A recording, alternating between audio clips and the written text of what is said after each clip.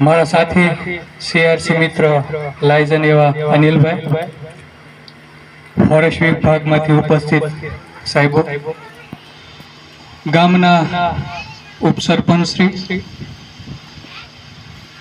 અન્ય પંચાયત સભ્યો શ્રી, એસએમસીના સભ્યો શ્રી, બંને શાળાઓ અમારી સરકારી પ્રાથમિક શાળા અને હાઈસ્કૂલના આચાર્યશ્રીઓ, શિક્ષક મિત્રો,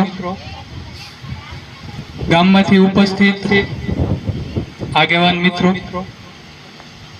આંગણવાડીના બહેનો અને અગત્યના એવા બાળકો,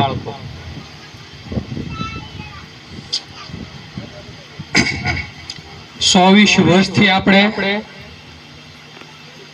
શાળા પ્રવેશ ઉત્સવ અને કન્યા કેળવણી મહોત્સવની ઉજવણી કરતા આવ્યા છીએ અને એમાં બાળકોના શાળાઓમાં નિયમિત આવવું, શિક્ષણ પૂરું કરવું, એમાં ઘણી સફળતાઓ મળી છે. આ વખતે સરકારે થોડુંક એમાં નવું કરવાનો પ્રયત્ન કર્યો છે. આપણી શિક્ષણની નવી નવી યોજનાઓ, નવી શિક્ષણ નીતિઓ, જેમાં શિક્ષણ પ્રત્યે ખૂબ જ ભાર આપ્યો છે અને એના માટે આપણે આ વર્ષથી નવો પ્રવેશ ઉત્સવ, પ્રગતિનો પ્રવેશ ઉત્સવ શરૂ કર્યો છે. સરકારનો હેતુ એવો છે કે 1 થી 12 ધોરણ સુધી તમામ બાળકો અભ્યાસ પૂર્ણ કરે. અગાઉના વર્ષમાં જે બાળકો અધવચ્ચેથી શાળા છોડી દીધેલી છે, એના માટે સર્વે થયા છે. સર્વે અંતર્ગત એવા બાળકોને શાળામાં પરત લાવવા માટેના પ્રયત્નો થઈ રહ્યા છે. એના માટે અમારી શિક્ષકોની ટીમો સતત વાલી સંપર્ક કરી રહ્યા છે. ઘણા બાળકોને પરત લાવી શકાયા છે, પણ હજી અમુક એવા બાળકો છે જેમાં પરત લાવવા માટે કંઈક ને કંઈક મુશ્કેલીઓ ઊભી છે. વાલીઓની આર્થિક પરિસ્થિતિ અથવા તો શિક્ષણ પ્રત્યે બાળકની અભિરુચિ ઓછી હોવી. પણ મારી વાલીઓને એક રિક્વેસ્ટ છે કે આવા હજી જે પ્રવેશ પાત્ર બાળકો છે એને પુનઃ શાળામાં પ્રવેશ અપાવી અમારા શિક્ષક મિત્રોને મદદરૂપ થાય અને સરકારશ્રીની જે 1 થી 12 ધોરણ સુધી 100% તમામ બાળકો પ્રવેશ લઈને 12 સુધીનો અભ્યાસ પૂર્ણ કરે, એમાં મદદરૂપ આપનો પણ ફાળો આપો.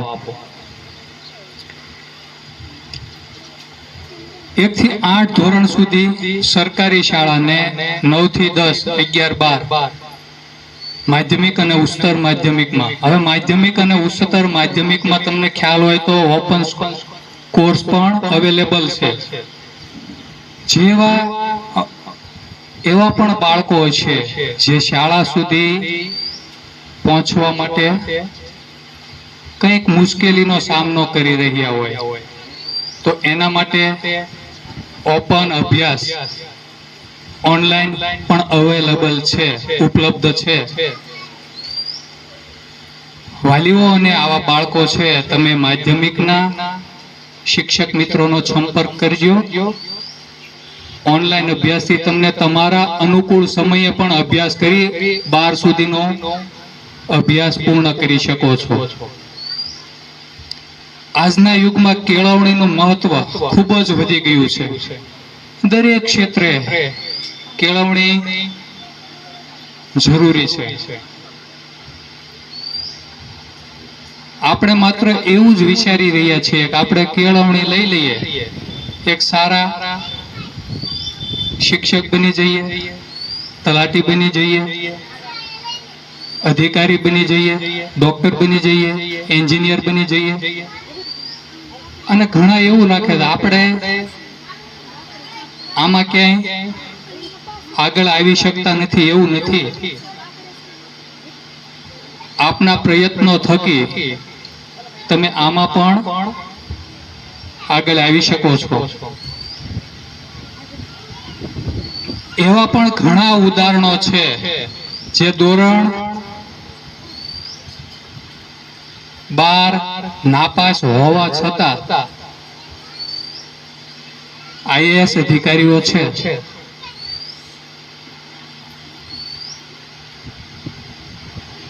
તમે શૈલેષ સક્કરિયા સાહેબનું ઉદાહરણ જોયું છે. તમારા શિક્ષકો આવા ઉદાહરણો તમને આવતા હશે કે 12 પાસ થયા પછી શું થવાય, પણ એ પછી પણ તમે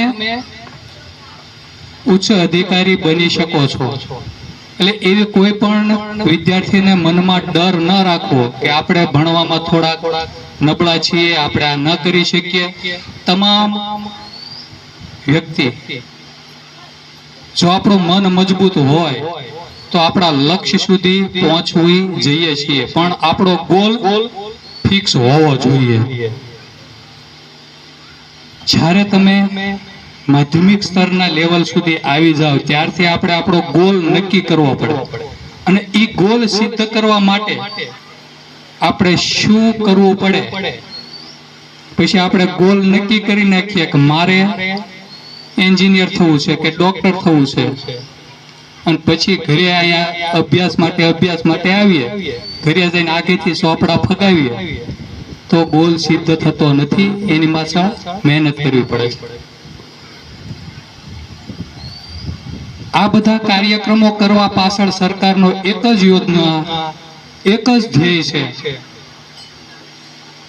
સારું શિક્ષણ, ગુણવત્તાવાળું શિક્ષણ, ઉચ્ચ શિક્ષણ, તમામ બાળકોનું શિક્ષણ. અને એના માટે અલગ અલગ યોજનાઓ સરકાર જેવા જેવા પડકારો સામે આવતા જાય છે એના અનુસંધાને અલગ અલગ યોજનાઓ પણ અમલમાં મૂકે છે.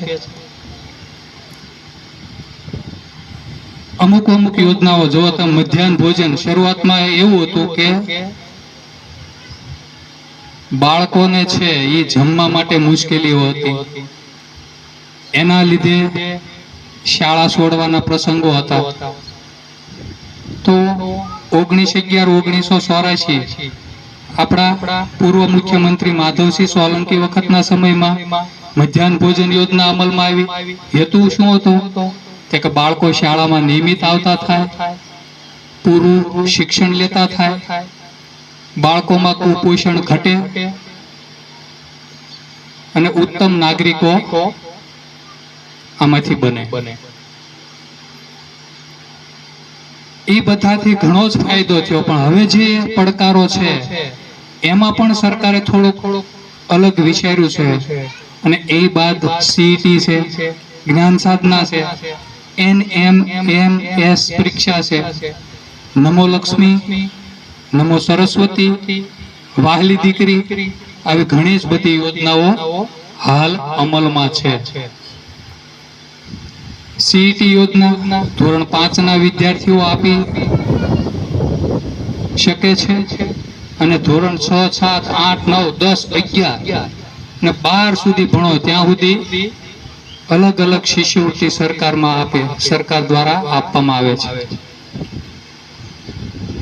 ધોરણ 8 ના વિદ્યાર્થીઓ જ્ઞાન સાધના પરીક્ષા આપ્યા છે, અને 9, 10, 11, 12 એમ 4 વર્ષ સુધી સ્કોલરશીપનો લાભ લઈ શકે છે. NMMS 8મા ધોરણના બાળકો આપી શકે છે, અને 9, 10, 11, 12 સરકારી શાળામાં જો ભણે તો 12,000ની સ્કોલરશીપનો લાભ એમને મળે છે.